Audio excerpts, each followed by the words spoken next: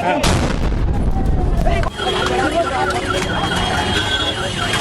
पर देख सकते हैं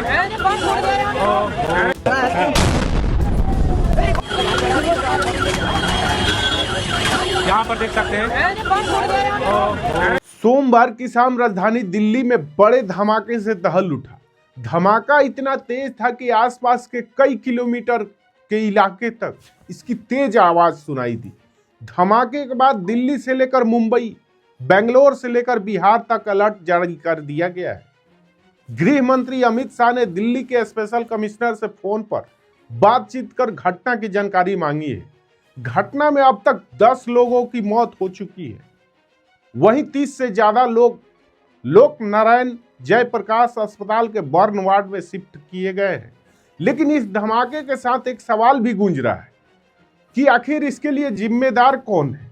क्या नरेंद्र मोदी सरकार में इंटेलिजेंस फेल हो गया है?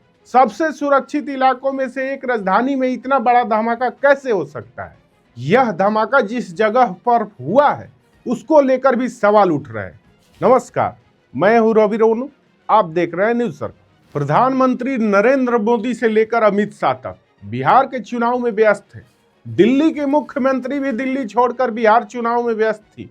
इसी बीच राजधानी दिल्ली के सबसे व्यस्ततम इलाके में महज 500 मीटर की दूरी पर लाल किला मेट्रो स्टेशन के गेट नंबर 1 के पास सोमवार को शाम 6:52 पर बड़ा धमाका हुआ। इस धमाके में तकरीबन 10 लोगों की मौत की खबर है। 30 से ज्यादा लोग घायल बताए जा रहे हैं। प्रत्यक्षदर्शी की माने तो धमाका इतना तेज था कि 2 से 3 किलोमीटर तक इसकी आवाज सुनाई दी। मौके पर अफरा तफरी मच गया, भगदड़ जैसे हालात हो गए। दिल्ली पुलिस की टीम वहां पर पहुंची। पुलिस ने मेट्रो स्टेशन को बंद कर दिया और आसपास के लोगों को वहां से हटाया गया। दिल्ली के लोकनायक जयप्रकाश नारायण अस्पताल में घायलों का इलाज चल रहा है। खबरों की माने तो तकरीबन 7 बजे दिल्ली फायर स्टेशन में पीसीआर कॉल रिसीव हुई और घटना की जानकारी दी गई। घटना की जानकारी मिलते ही आनंद फानन में दिल्ली पुलिस के वरीय अधिकारी एसपीजी के जवान, बम निरोधक दस्ता, डॉग स्क्वाड और पैरामिलिट्री फोर्सेस मौके पर पहुंची और छानबीन कर रही है। फिलहाल दिल्ली पुलिस यह पता करने की कोशिश कर रही है कि यह बम धमाका किस कैटेगरी में है। क्या यह आतंकी साजिश है? क्या यह सीरियल बम धमाके होने वाला है? यानी कि इस बम धमाके के बाद से 12 घंटे तक दिल्ली को स्पेशल हाई अलर्ट पर रखा गया है। अगर यह सीरियल धमाका हुआ तो एक के बाद एक कई जगहों पर धमाके हो सकते हैं। हालांकि दिल्ली पुलिस अभी भी कुछ भी बोलने से बच रही है, लेकिन हाई सिक्योरिटी जोन में हुए इस धमाके ने बड़े सवाल उठा दिए हैं। दरअसल दिल्ली पुलिस दिल्ली सरकार के अंदर नहीं, गृह मंत्रालय के अंदर आता है।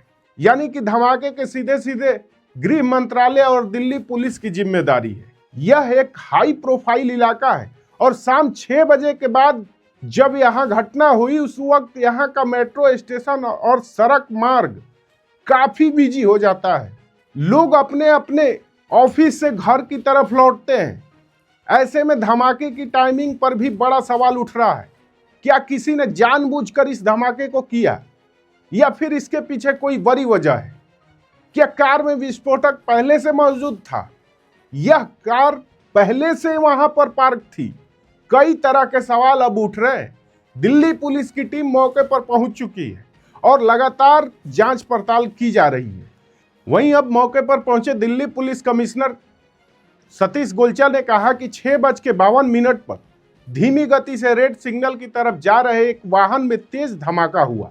इस धमाके से आसपास की गाड़ियों को भी नुकसान हुआ। सूचना मिलते ही हम सारी agency, Delhi police, NIA, NSG, FSL, forensic की टीम आ चुकी है। हर तरीके से हालात का जायजा लिया जा रहा है, हर तरीके से जांच की जा रही है और जल्द ही आकलन करके इसका जो भी निष्कर्ष निकलेगा पत्रकारों को बता दिया जाएगा। घटना के बाद प्रधानमंत्री नरेंद्र मोदी ने स्थिति का जायजा लिया। उन्होंने केंद्रीय गृह मंत्री अमित शाह से बात की और स्थिति का पूरा अपडेट लिया। वहीं गृह मंत्री अमित शाह ने इस पूरे विस्फोट की जांच एनआईए को सौंप दी है। इस घटना के बाद विपक्ष ने ट्वीट कर घटना पर दुख जताया है। नेता प्रतिपक्ष राहुल गांधी ने दिल्ली में हुए विस्फोट को लेकर सोशल मीडिया पर लिखा कि दिल्ली के लाल किले मेट्रो स्टेशन के पास हुए कार विस्फोट की खबर बेहद दर्दनाक और चिंताजनक है। इस हादसे में कई निर्दोष लोगों की मृत्यु का समाचार दुखद है। इस दुख की घड़ी में शोकाकुल परिवारों के साथ खड़ा हूं। वहीं प्रियंका गांधी वाड्रा ने लिखा कि दिल्ली में हुए धमाके में कई लोगों की मृत्यु एवं घायल होने की समाचार दुखद है। ईश्वर दिवंगत आत्मा को शांति प्रदान करे। चश्मदीदों की माने तो यह धमाका इतना तेज था कि लोगों के बीच अफरा तफड़ी मच गई। दिल्ली में भगदड़ की स्थिति हो गई। दिल्ली के हाई प्रोफाइल इलाके में हुए इस हादसे में कई सवाल खड़े किए जो बेहद गंभीर है। क्या देश का इंटेलिजेंस इतना कमजोर हो गया है? इस तरह के धमाका से पहले किसी को किसी तरह की कोई जानकारी नहीं मिल पाती। जब राजधानी दिल्ली का यह हाल है तो क्या देश के अन्य राज्यों की सुरक्षा भगवान भरोसे है? बिहार विधानसभा चुनाव के अंतिम चरण से पहले हुआ धमाका भी अपने आप में बेहद चिंताजनक है। हालांकि गृह मंत्रालय ने दिल्ली, मुंबई, कोलकाता, बिहार, बेंगलोर सहित कई राज्यों के संवेदनशील स्थानों पर पुलिस की चौकसी बढ़ा दी। दिल्ली बॉर्डर को सील कर आने जाने वाले वाहनों की गहन चेकिंग की जा रही है। आपको बता दें, सोमवार को ही जम्मू कश्मीर पुलिस ने हरियाणा के फरीदाबाद जिले में बड़ी कार्रवाई करते हुए कुछ एमबीबीएस डॉक्टर के किराए के कमरे से भारी मात्रा में विस्फोटक और हथियार बरामद किए थे। पुलिस ने मौके से 14 बैग आरडीएक्स जिसमें 300 किलो विस्फोटक थे उसे बरामद किया था। इसके साथ ही एक AK-47 राइफल, 2 ऑटोमेटिक पिस्टल, 84 कारतूस और 5 लीटर केमिकल मिले थे। इस कार्रवाई के बाद इलाके में हड़कंप मच गया था और ठीक इस कार्रवाई के 10 घंटे के भीतर दिल्ली में यह तेज धमाका हुआ है। अब पुलिस यह जांच कर रही है कि क्या दोनों के तार जुड़े हुए हैं। लेकिन दिल्ली में लोगों के बीच दहशत का माहौल है कि क्या आतंकवादी दिल्ली घुस चुके हैं, क्या एक के बाद एक धमाके होने अभी बाकी हैं। हालांकि अभी इस पर कुछ नहीं कहा जा सकता, लेकिन सुरक्षा एजेंसी अलर्ट पर है। लोगों को भी सतर्क रहने की जरूरत है।